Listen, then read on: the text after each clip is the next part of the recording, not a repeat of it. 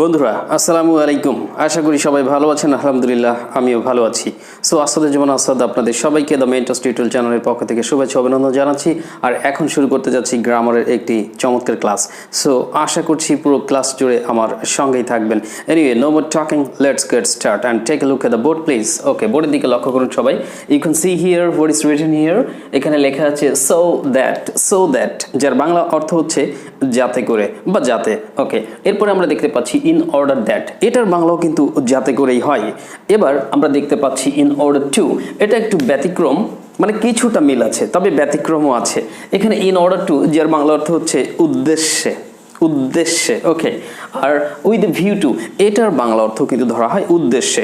তবে এই দুইটার বাংলা একই হলেও ইন অর্ডার টু উদ্দেশ্যে, উইথ ভিউ টু উদ্দেশ্য একই কথা, যে উদ্দেশ্যে, তবে এই দুইটার মধ্যে একটু পার্থক্য আছে। তো এখন কোনটা কোন ক্ষেত্রে আমরা ব্যবহার করব এবং স্পিকিং কিভাবে ব্যবহার করতে পারি অথবা রিটেনে অর্থাৎ গ্রামার হিসেবে কিভাবে ব্যবহার করতে পারি সেটা আপনাদেরকে পরিষ্কার করে ধারণা দিব।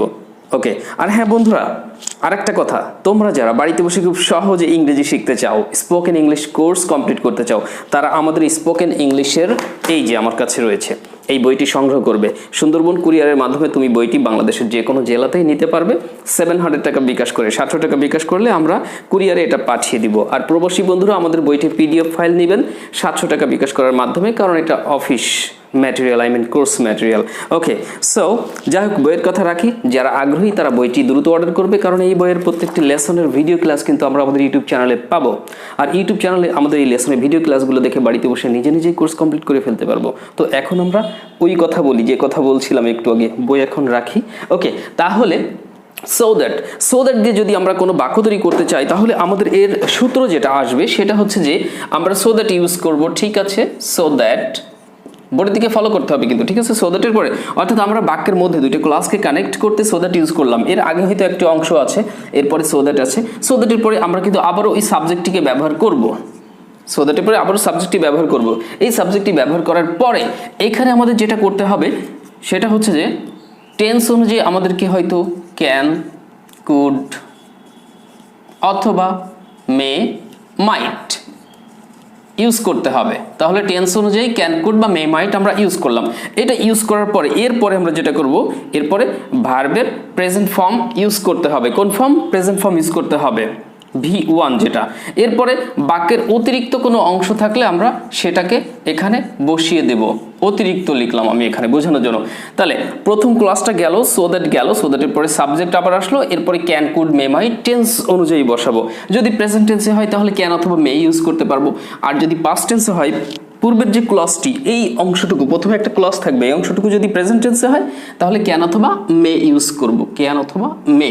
আর যদি এই অংশটুকু পাস্ট টেন্সে হয় তাহলে এর কারণে আমরা এখানে কুড অথবা মাইট ইউজ করতে পারবো। তবে এক্সাম্পল দিলে তোমরা পরিষ্কার বুঝতে পারবে। ওকে, এখন আমি তোমাদের একটি এক্সাম্পল দিয়ে এটা বোঝানোর চেষ্টা করছি।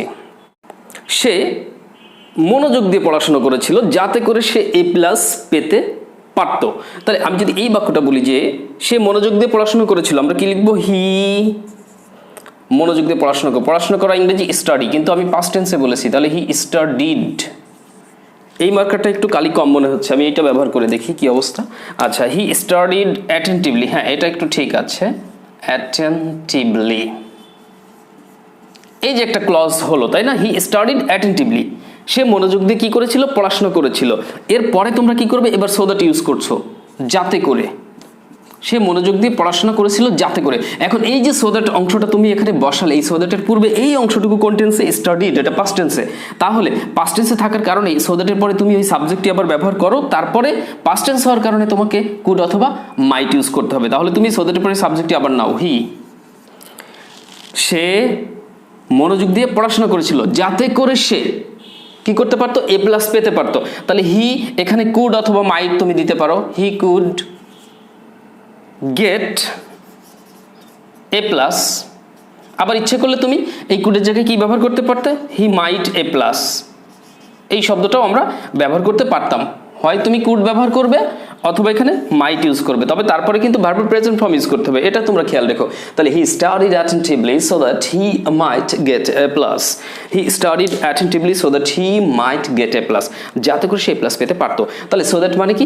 যাতে করে। আশা করি বুঝতে পেরেছো। এখন যদি আমি বাক্যটি এভাবে বলি যে হি, ওটা তো পাস্ট টেন্সে ছিল, আমরা যদি প্রেজেন্ট টেন্সে জি সে পড়াশোনা করে, হি রিডস, পড়াশোনা করে তো রিডও বলা যায়, আচ্ছা তাহলে হি রিডস অ্যাটেন্টিভলি, সে মনোযোগ দিয়ে পড়াশোনা করে, যাতে করে, সো দ্যাটের পরে ওই সাবজেক্টটা কিন্তু আবার আসবে, সো দ্যাট হি, এই যে তাহলে he reads attentively so that he, সে মনোযোগ দিয়ে পড়াশোনা করে বা মনোযোগ দিয়ে পড়ে যাতে করে সে। এখন তুমি এই সাবজেক্টের পরে এই যে সাবজেক্টটা আবার নিয়ে আসছো হি, এরপরে ক্যান, কুড, মে, মাইটের কোনটা তুমি দেবে, এটা তুমি বুঝে নেবে এখান থেকে যে এই যে রিডস এই অংশটুকু বা এই টেন্সটুকু রিড প্রেজেন্ট টেন্সে আছে, তাহলে তোমাকে ক্যান অথবা মে ইউজ করতে হবে। তাহলে তুমি দিতে পারো যে হি মে, তাহলে he reads attentively so that he may get A plus, এইভাবে করতে হবে। আশা করি বুঝতে পেরেছো নিয়মটা। সো বন্ধুরা, এখন যদি আমি ইন অর্ডার দ্যাটের কথা বলি, যে ইন অর্ডার দ্যাট আমরা কিভাবে করব, যার বাংলাও যাতে করে, ঠিক আমরা সো দ্যাট যেভাবে ব্যবহার করেছিলাম ইন অর্ডার দ্যাটও ঠিক সেভাবে ব্যবহার করতে পারবো। অর্থাৎ তুমি এখানে কি করবে, এই যে ইন অর্ডার দ্যাট, আমি ধরে নিলাম যে এইখানে আমরা নতুন করে ইন অর্ডার দ্যাট ইউজ করতেছি, ঠিক আছে, ইন অর্ডার দ্যাট, যার বাংলা অর্থ হচ্ছে যাতে করে, ইন অর্ডার দ্যাট, এবং এর পূর্বে একটা ক্লজ রয়েছে মনে করো, ওকে, এরপরে ইন অর্ডার দ্যাট বসছে, বসার পরে কিন্তু তুমি কি করবে, আবারও ওই সাবজেক্টটি ব্যবহার করবে, সো দ্যাটের যে রুলস ছিল ওই রকমটাই, এই সাবজেক্টটি ব্যবহার করার পর টেন্স অনুযায়ী তুমি ক্যান, কুড, মে, মাইট দিয়ে এরপরে তুমি কি করবে, ভার্বের প্রেজেন্ট ফর্ম ইউজ করবে, প্লাস অতিরিক্ত অংশ তোমাকে বসাতে হবে এখানে, ওকে। তুমি এরকম বলতে পারো যে he worked hard, he worked hard, সে কঠোর পরিশ্রম করেছিল, সে কঠোর পরিশ্রম করেছিল যাতে করে, এখন তুমি এটা সো দ্যাট না লিখে লিখছো ইন অর্ডার দ্যাট, যাতে করে, ইন অর্ডার দ্যাট, এই যে he worked hard in order that, সে কঠোর পরিশ্রম করেছিল যাতে করে।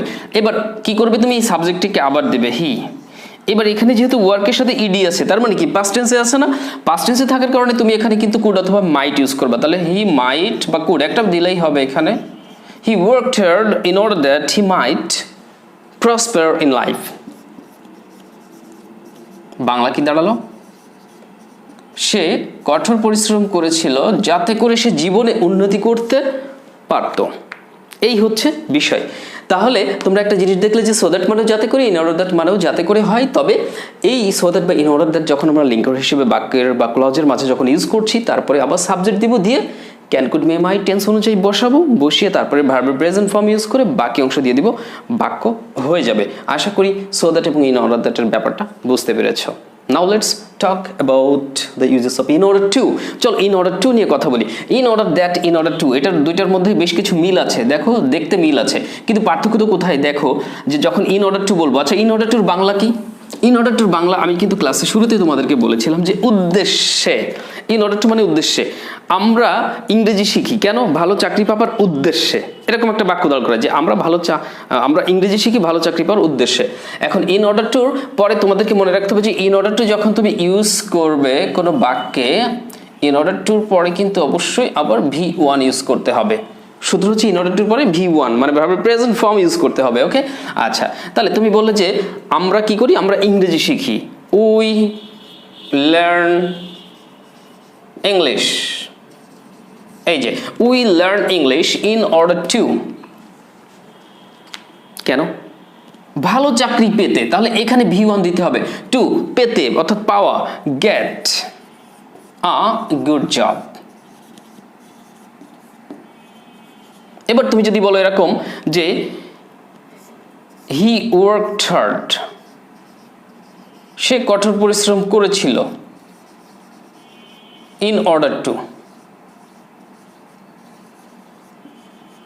উদ্দেশ্য, এরপরে ইন অর্ডার টুর পরে তোমাকে কি করতে হবে, ভার্বের প্রেজেন্ট ফর্ম ইউজ করতে হবে। তাহলে সে কঠোর পরিশ্রম করেছিল, হি worked hard in order two, কেন করেছিল, উদ্দেশ্যে, কিসের উদ্দেশ্যে, সে কঠোর পরিশ্রম করেছিল জীবনে উন্নতি করার উদ্দেশ্যে, হি worked hard in order to prosper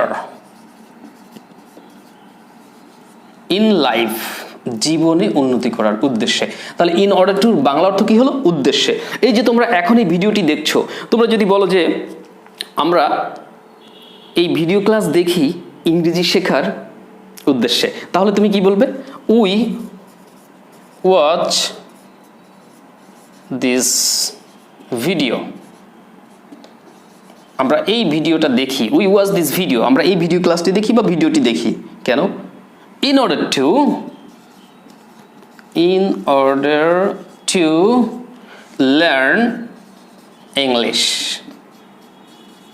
এই যে তাহলে তোমরা একটা জিনিস দেখলে যে in order to এর পরে সবসময় কিন্তু ভার্বের প্রেজেন্ট ফর্ম ইউজ হচ্ছে। এই যে learn, in order to এর পরে এই যে prosper, এইভাবে আমাদেরকে প্রেজেন্ট ফর্ম ইউজ করতে হবে in order to এর পরে। তবে in order to এর বাংলা অর্থ কি? উদ্দেশ্যে। খেয়াল রাখতে হবে, হ্যাঁ, নোট করে নিও তোমরা। ওকে, সো এবার আমি কথা বলবো উইথ এ ভিউ টু দিয়ে। উইথ এ ভিউ টুর বাংলাও কিন্তু একই বলেছিলাম, উদ্দেশ্যে। তবে পার্থক্যটা কি? Actually what's the difference between in order to and with a view to? You have to try to understand now. So listen to what I say. মনোযোগ দিয়ে শুনতে হবে, okay? In order to Bangla অর্থ উদ্দেশ্যে, with a view to Bangla অর্থ উদ্দেশ্যে। তবে এইখানে আমরা সূত্রে দেখেছিলাম যে আমরা যখন কোনো বাক্যে ইন অর্ডার টু ইউজ করছি, এই যে তারপরে কিন্তু প্লাস, এরপরে কি ভার্বের কোন ফর্ম? প্রেজেন্ট ফর্ম ইউজ করছি। Get, prosper, learn. In order to get, in order to prosper, তারপরে কোথায় লিখলাম? ও, in order to learn।